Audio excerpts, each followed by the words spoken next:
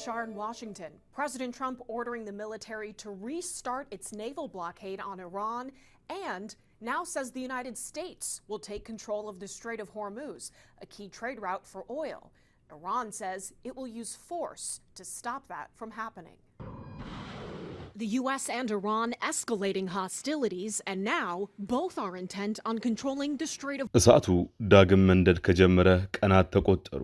ረመጡም ዋሽንግተንና ቴህራን ጓዳ ጉድጓዳ ድረስ ዘልቋል። የመካከለኛው ምስራቅ ሰማይ ዳግመኛ በጥቁር ጭስ ማዕበል መሸፈን የጀመረው ዛሬ ግን አይደለም። የዘመናት ቂምና የጂኦፖለቲካ ፍላጎቶች በአንድ የሆርሙዝ ወሽመጥ ጠባብ ባህር መተላለፊያ ላይ ተገናኝተው ሲፋጠጡ የዓለም እስትንፋስ ክፉኛ ይታወቃል። ይህ በሆርሙዝ ወሽመጥ ላይ ያገረሸው ፍጥጫ የኋላ መተላለፊያን የመቆጣጠር ፍክክር ብቻ አይደለም። በዋይት ሃውስ የታየው ስልታዊ መደናገጥና በቴህራን ቤተመንግስት ውስጥ የነገሰው ስውር የስልጣን ሽኩቻ የታተመበት የበርካታ ወታደሮችና መርከበኞች ደም የፈሰሰበት የቀደሙት መሪዎች ሞትና የአዲሶቹ በቀል የተወሳሰበበት ታላቅ የታሪክ አዙሪት እንጂ በኩዌት በረሃዎች ውስጥ ከነደደው የሹአይባ ወደብ የድሮን ጥቃት በስተጀርባ ያለውን የአሜሪካ ጄኔራል ክህደትና የቸልተኝነት ታሪክ በቴህራን ጎዳናዎች ላይ የተውለበለቡትን የበቀል ቀይ ባንዲራዎች ምስጢር የዓለምን ኢኮኖሚ ጣፋንታ ለመወሰን በትራምፕና በኢራን ወታደራዊ መሪዎች መካከል የሚደረገውን የረዥም ጊዜ ስልታዊ የቼዝ ጨዋታ ዝርዝር እንደሚከተለው እንፈትሻለን።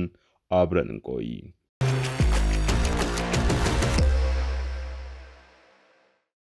ጋብ ብሎ የሰነበተው የመካከለኛው ምስራቅ ጦርነት ዳግም አገርሽቷል። አሜሪካም ለተከታታይ 3ኛ ምሽቶች ኢራንን ስትደበድብ፣ ቴህራንም የአሜሪካን የጦር ሰፈሮች የሚገኙባቸውን የቀጠናውን ሀገራት እያደበየች ትገኛለች። ይህ በሁለቱ ታሪካዊ ባላንጣዎች መካከል የተቀጣጠለው እሳት ለቀናት ብቻ ሳይሆን ለረጅም ጊዜ በቀጠናው ላይ ተንጠላጥሎ የቆየውንና ሰላማዊ ሰዎችን የበርካታ ንጹሃን መርከበኞችን እንዲሁም ወታደሮችን ሕይወት የነጠቀውን የክፉ መጋደል ጥላ ይበልጥ አጥቁሮታል። የአሜሪካ ማዕከላዊ እዝ ይህንን የአየርና የሚሳኤል ጥቃት የሰነዘረው የኢራንን ወታደራዊ አቅም ለማዳከምና በሆርሙዝ ወሽመጥ የሚንቀሳቀሱ ዓለም አቀፍ የንግድ መርከቦች ላይ የምታደርገውን ጥቃት ለመግታት እንደሆነ ቢገልጽም በዋይት ሃውስ በኩል የሚሰሙት መግለጫዎች ግን የጦርነቱ መልክ ወደ ሌላ አቅጣጫ እየቀየሩት ነው። የአሜሪካው ፕሬዝዳንት ዶናልድ ትራምፕ አስተዳደር በሆርሙዝ ወሽመጥ የሚያልፉ መርከቦች ላይ አዲስ የባህር ላይ እገዳ ለመጣልና መርከቦች ለደህንነታቸው ሲሉ የ20% ታሪፍ ወይም የጥበቃ ክፍያ እንዲከፍሉ ለማድረግ ማቀዳቸው ዓለም አቀፍ ታዛቢዎችን ክፉኛ አስገርመዋል። የውሳኔ አሜሪካ ዓለም አቀፍ የባህር መስመሮች ለማንኛውም መጓጓዣ ያለምንም ክፍያ ክፍት መሆን አለባቸው ከሚለው የቆየ ስምምነትና ሕግ ጋር በቀጥታ የሚጋጭ በመሆኑም የዓለም አቀፍ የባህር ላይ ጉዞ ድርጅት ጠንካራ ተቃውሞ አስከትሏል። የዚህ አይነቱ የፖሊሲ ሽግሽግ በትራምፕ አስተዳደር ዘንድ የታየውን ድንገተኛ መደናገጥና ስልታዊ አለመረጋጋት በግልጽ ያሳያል። ቀደም ሲል የውጭ ጉዳይ ሚኒስትሩ ማርኮ ሩቢዮ የትኛውም ሀገር በዓለም አቀፍ የባህር መተላለፊያዎች ላይ ቀረጥ የመጠየቅ መብት እንደሌለውና ይህም ዓለም አቀፍ ሕግ መሆኑን ደጋግመው ቢናገሩም አለቃቸው ፕሬዝዳንቱ ግን አሜሪካን የወሽመጡ ብቸኛ ጠባቂ አድርገው በመሾም ለደህንነት ጥበቃው ክፍያ መጠየቅ አለብን በሚል አዲስ አቅጣጫ ተጉዘዋል። የአካሄድ በዓለም የባህር ላይ ንግድ ማህበረሰብ ዘንድ ከፍተኛ ስጋት የፈጠረ ሲሆን ለዘመናት የቆየውን የባህር ላይ ነፃ ጉዞ መርህ አደጋ ላይ የሚጥል ነው። ትራምፕ አስተዳደር በንግድ መርከቦች ላይ ለመጫን ያሰበው ይህ እገዳና የቀረጥ ክፍያ በተግባር እንዴት ሊተገበር እንደሚችል ግን ግልጽ አይደለም። ምክንያቱም የአሜሪካ ባህር ኃይል በመቶዎች የሚቆጠሩ መርከቦችን በየቀኑ እየመዘገበና እየመረመረ ቀረጥ እንዲከፍሉ ለማስገደድ የሚያስችል በቂ አቅምና የሰው ኃይል በቀጠናው ላይ አሰማርቶ አያውቅምና የትራምፕ ይህ አይነቱ ቁጡና ያልተረጋጋ መግለጫ ግን በቀጣዩ የኮንግረስ ምርጫ ዜማ የአሜሪካን ሕዝብ ድጋፍ ለማግኘትና የነዳጅ ዋጋ መናር የፈጠረውን የውስጥ ፖለቲካ ኪሳራ ለመሸፈን የተደረገ ስሌት እንደሆነ ይገመታል። ይህ በዲፕሎማሲያዊ አካሄዶችና በወታደራዊ ጡንቻ ማሳየት መካከል የሚደረግ ፍትጊያ የአሜሪካን ቀጣናዊ ተጽዕኖ የትዕይንት መድረክ ከማድረግ ባለፈ ዘላቂ መፍትሄ ለማምጣት የሚያስችል ስልታዊ ብስለት የጎደለው መሆኑን በርካታ የደህንነት ተንታኞች ይስማሙበታል። ውጥረቱ ይበልጥ በበረታበት በዚያው ሰኞ ምሽት በተባበሩት አረብ ኤሚሬትስ 2 የነዳጅ ጫኝ መርከቦች ላይ የኢራን ክሩዝ ሚሳኤል ጥቃት ደርሶባቸዋል። የዚህን ቀውስ ተከትሎም የድፍድፍ ነዳጅ ዋጋ በአንድ ቀን ውስጥ ከፍተኛ ጭማሪን አሳይቷል። ይህ የጦርነቱ መፋፋም በኢራን ውስጥ የፖለቲካ ላይ ታላቅ መናወጥን ፈጥሯል። በአሜሪካና በእስራኤል ጥምር ጥቃት የኢራኑ ጠቅላይ መሪ አያቶላ አሊ ኻሜኔ መገደላቸውን ተከትሎም በቴህራን ቤተመንግስት ውስጥ ከፍተኛ የስልጣን ሽኩቻና አለመረጋጋት ሰፍኗል። በመሪው የቀብር ስነ ስርዓት ላይ በብዛት የታዩትና የበቀል ምልክት ሲሆኑት ቀይ ባንዲራዎች አገሪቱ ከዋሽንግተን ጋር የጀመረችውን ጦርነት እንድትገፋበት የሚፈልጉ አካላት መነሳሳት መምታትን ያሳያሉ። የሺያን ታሪካዊ የበቀል ምልክቶች ያነገቡት እነዚህ ወገኖች በአሊ ኻሜኔይ ሞት የተፈጠረውን ብሔራዊ የሐዘን ድባብና ደህንነቱ ያልተጠበቀ የቀጠናውን አካባቢ በመጠቀም ከአሜሪካ ጋር የሚደረግን ማንኛውም አይነት ድርድርና ዲፕሎማሲያዊ መፍትሄ እንደ ክህደትና ሞራል አልባ ድርጊት አድርገው በመሳል ላይ ይገኛሉ። ይህ የህዝብን ስሜት የመቆጣጠርና የመምራት ስልት የአገሪቱ ወታደራዊ መዋቅር ያጋጠመውን ታላቅ የአመራር ክፍተት ለመደበቅና በህዝቡ ዘንድ ያለውን ብሔራዊ መነቃቃት እንደ ጋሻ ለመጠቀም የታለመ መሆኑን በቀላሉ መረዳት ይቻላል ይላሉ የፖለቲካ ታዛቢዎች። በአሁኑ ወቅት በኢራን ውስጥ የኢኮኖሚ መዳከምን ለመግታት ከአሜሪካ ጋር ድርድር ማድረግና ሰላማዊ መፍትሄ መፈለግ የግድ ነው በሚሉ ተግባራውያንና የኢራን የኒውክሌር መርሃ ግብር እንዲሁም የሚሳኤል አቅም የህልውና ዋስትና በመሆናቸው በምንም መልኩ መደራደር የለብንም በሚሉ ኃይላት መካከል ትልቅ ፍትጊያ አለ። ተግባራውያን ተብሎ የሚጠሩት ወገኖች የሀገሪቱ የኑሮ ውድነትና የኢኮኖሚ ውድቀት ህዝባዊ አመፅ እንዳይቀሰቅስ በመስጋት ከዋሽንግተን ጋር ስምምነት ላይ መድረስና የኢኮኖሚ ማዕቀቦችን ማስነሳት ብቸኛው ህልውናን የማስጠበቅ መንገድ ነው ባይ ናቸው። በአንጻሩ ያሉት ደግሞ የአሜሪካን ተአማኒነት ፈጽመው የሚጠራጠሩ ሲሆን ቀደም ሲል በኦባማ ዘመን የተደረሰውንና በኋላም በትራምፕ ተቀዳዶ የተጣለውን የኒውክሌር ስምምነት እንደ ምሳሌ ይጠቅሳሉ። በሁለቱ ወገኖች መካከል ያለው ይህ ፍትጊያ በአብዮታዊ ጥበቃ ጦሩ ከፍተኛ ጣልቃ ገብነት ይበልጥ ወደ ወታደራዊ መስመር እያዘነበለም ይመስላል። የአይነቱ የእርስ በርስ አለመተማመንና የርዕዮተ ዓለም ፍጭት አገሪቱን ወደ ተሻለ ኢኮኖሚ መውጫ መንገድ ከመምራት ይልቅ ይበልጥ ወደ አውዳሚ የጦርነት አዘቅት ውስጥ እየገፋት እንደሆነና የዲፕሎማሲውን አማራጭ እጅግ ጠባብ እያደረገው እንደመጣ ተዘግቧል። የአሊ ኻሜኔይ ሞት በተለይ የኢራን እስላማዊ አብዮታዊ ዘብ በአገሪቱ አሰራር ያለውን የበላይነት እንዲያጠናክር የረዳው ሲሆን አብዮታዊ ዘቡ ጦሩ የረዥም ጊዜ የጂኦፖለቲካ የበላይነት ለማግኘት ሲል በወሽመጡ የሚጓዙ መርከቦችን በማጥቃት ወደ ሰሜናዊ የኢራን ግዛት የባህር ወለል እንዲጠጉና ቀረጥ እንዲከፍሉ ለማስገደድ እየሞከረ ይገኛል። ከዚህ ቀደም የነዳጅ ጫኝ መርከቦች የአሜሪካ ባህር ኃይል በሚሰጣቸው ስውር የአየርና የባህር ላይ ጥበቃ ታግዘው የኦማንን የባህር ዳርቻ ተከትለው በደቡባዊ የሆርሙዝ ወሽመጥ በኩል በሰላም ሲጓዙ ቆይተዋል። የአካሄድ በጊዜያዊ ተኩስ አቁም ስምምነት ወቅት የባህር ላይ ንግዱ በተወሰነ መልኩ እንዲያንሰራራ አድርጎት የነበረ ቢሆንም ኢራን ግን በወሽመጡ ላይ ያላትን ወታደራዊ ጡንቻ ለማሳየትና አሜሪካን ከመካከለኛው ምስራቅ ጠራርጋ ለማስወጣት ስትል በሚሳኤል ጥቃቶች አክሽፈዋለች። የኢራን ወታደራዊ መዋቅር በዚህ መተላለፊያ ላይ የራሱን ደህንነት እና የቀረጥ ስርዓት ለመዘርጋት የሚያደርገው ጥረት ባህር ላይ ቀውሱን ዓለም አቀፋዊ በማድረግ ምዕራባውያን ኃይሎች በጉልበት ሳይሆን በድርድር ጠረጴዛ ላይ ብቻ አምነው እንዲቀመጡ ለማድረግ ያለመ ነው ተብሎ ይገመታል። ለኢራን አገዛዝ በሆርሙዝ ወሽመጥ ላይ ያለውን የበላይነት ማስከበር ከማዕቀቦች መነሳት እጅግ የላቀ ዋጋ አለው። ምክንያቱም አሜሪካና እስራኤል በጦርነቱ ዋና ዓላማቸውን ማሳካት ባለመቻላቸው ኢራን አሁን በቀጠና ውስጥ ብቸኛ የኃይል ሚዛን ሆና መውጣቷን ስለምታምን ነው። የቴህራን ወታደራዊ መሪዎች እንደሚረዱት ወሽመጡን ሙሉ በሙሉ መቆጣጠር ከቻሉ ና በፋርስ ባህረ ሰላጤ ሀገሮች ኢኮኖሚ ላይ የበላይነታቸውን ካረጋገጡ አሜሪካና ምዕራባውያን ኃይሎች ውሎ አድሮ የአዲሱን የኢራን ቀጠና የበላይነት ለመቀበልና ማዕቀቦቹን ያለምንም ቅድመ ሁኔታ ለማንሳት ይገደዳሉ። ይህ የረዥም ጊዜ ስትራቴጂ እቅድ በመሆኑ ጊዜያዊ የሆኑ የቢሊዮን ዶላር ስምምነቶችና የሰላም ውይይቶች በአብዮታዊ ዘቡ ዘንድ እንደ ትልቅ ነገር አይቆጠሩም። የአይነቱ የረዥም ጊዜ አስተሳሰብ የአሜሪካንን የአጭር ጊዜ ወታደራዊ ግፊቶችና ዛቻዎችን በቀላሉ ለመቋቋም የሚያስችል የመከላከል አቅም እንዲገነቡ አድርጓቸዋል። በአንጻሩ አሜሪካ በኩሏ በቀጠናው ላይ ያላትን የመሪነት ሚና ይበልጥ እንድታጣና ለውድቀት እንድትዳረግ የሚዳርጋት ነው። በዚህ ታላቅ የጂኦፖለቲካዊ ቀውስ ውስጥ ግንባር ቀደም ተጎጂ የሆኑትና ለሞት የተዳረጉት የአሜሪካ ወታደሮች ጉዳይ ሌላኛው ምዕራፍ ነው ይላሉ መቀመጫቸውን ዋሽንግተን ያደረጉ የዜና አውታሮች። በኩዌት የሚገኘው የፖርት ሾአይባ የአሜሪካ ጦር ቤዝ በኢራን የድሮን ጥቃት ሲመታ ወታደሮቹ ከፍተኛ አደጋ ደርሶባቸዋል። በጥቃቱ ወቅት የክፍሉ አዛዥ የነበሩት ጄኔራል ወታደሮቻቸውን እሳቱና ጭሱ መሃል ትተው ወደ ደህንነት ባንከር መሮጣቸውና ሌሎችን ለመርዳት አለመመለሳቸው ከተረፉት ወታደሮች ዘንድ ከፍተኛ የክህደትና የቁጭት ስሜትን አጭሯል። ይህ ጥፋት ሊቀንስ ይችል የነበረ ቢሆንም የጦር መኮንኖቹ ሾአይባ ወደብ በኢራን አጥቂዎች ዝርዝር ውስጥ እንደተካተተው የሚያሳዩም ምስጢራዊ የደህንነት መረጃዎችን አስቀድሞ አግኝተው ነበር። ሆኖም ግን ወደቡ ተገቢው የአየር መከላከያ ሳይኖረው ወታደሮቹም ያለምንም መከላከያ መሳሪያ በዛ እንዲሰፍሩ መደረጉ ለአደጋ አጋልጧቸዋል። ይህ ድርጊት በወታደራዊ አመራርና በተራው ተዋጊ ኃይል መካከል ያለውን ታላቅ የአመለካከትና የመተማመን ስብራት የሚያሳይ ሲሆን ወታደሮቹ በአዛዦቻቸው ላይ ያላቸውን ታማኝነት ወደ ዜሮ ዝቅ አድርጎታል።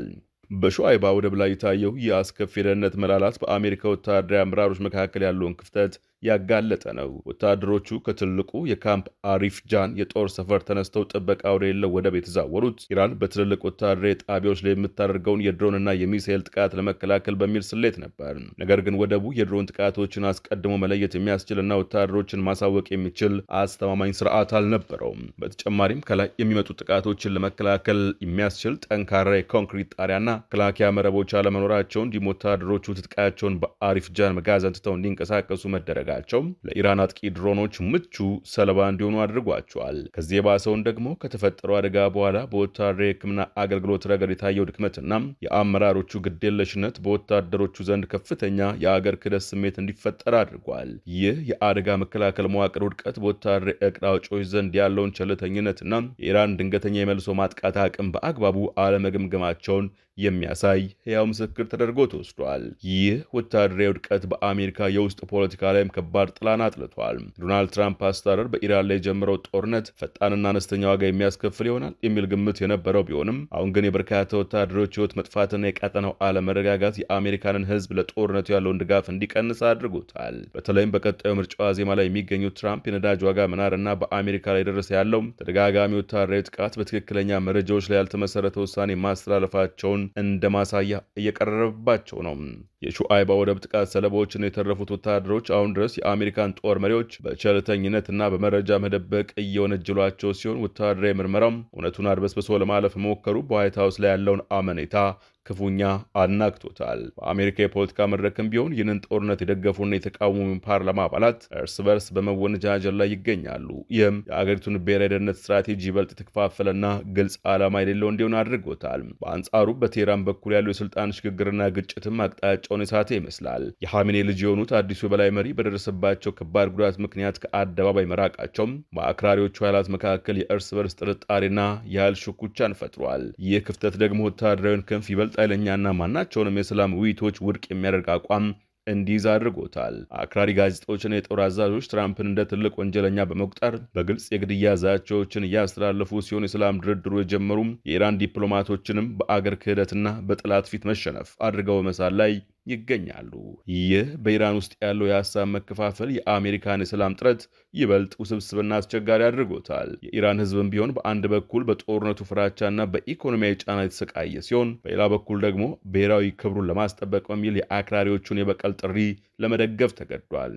ይህ ብሔራዊ መከፋፈል የሀገሪቱን ውስጥ የመረጋጋት አደጋ ላይ የሚጥል ቢሆንም የውጭ ጠላት መኖር ግን የቴህራን ባለስልጣናት ሕዝቡን በአንድ ጥላ ስር ሰብስበው ለመያዝ የሚያስችል ምቹ አጋጣሚ ፈጥሮላቸዋል። የዚህ ሁሉ ድምር ውጤት በቀጠናው ላይ የረዥም ጊዜ ደህንነት ስጋት ፈጥሯል። በካታርና በተባበሩት አረብ ኤሚሬትስ ላይ የተሰነዘሩት ጥቃቶች እንደሚያሳዩት ጦርነቱ በኢራንና በአሜሪካ መካከል ብቻ የተገደበ ሳይሆን መላውን የመካከለኛው ምስራቅ አገሮች እየበላ ያለ ሰፊ እሳት ሆኗል። የሰላም አደራዳሪ የነበሩትና ከዚህ ቀደም ጥቃት ያልደረሰባቸው እንደ ካታር ያሉ ሀገራት ጭምር አሁን በጥቃት ውስጥ መካተታቸው በቀጠናው ምንም አይነት አስተማማኝ ደህንነት እንደሌለ ያሳያል። የፋርስ ባህረ ሰላጤ ሀገሮች በሁለቱ ኃያላን መካከል ባለው ፍጥጫ ሳቢያ ኢኮኖሚያቸውንና የነዳጅ ንግዳቸውን አደጋ ላይ በመውደቁ የትኛውን ወገን መደገፍ እንዳለባቸው ግራ ተጋብተዋል። አንዳንዶቹ ከአሜሪካ ጋር ያላቸውን የቆየ ወታደራዊ ትብብር ለማስቀጠል ቢፈልጉም የኢራንን የሚሳኤል ጥቃት በመፍራት ግንኙነታቸውን ለማለሳለስ እየሞከሩ ነው። ይህ በቀጠናው ሀገሮች መካከል የተፈጠረው ጥርጣሬና አለመረጋጋት ለብዙ ዓመታት የተገነባውን የጋራ ቀጠና የደህንነትና የኢኮኖሚ ውህደት ጥረት በአንድ ጀንበር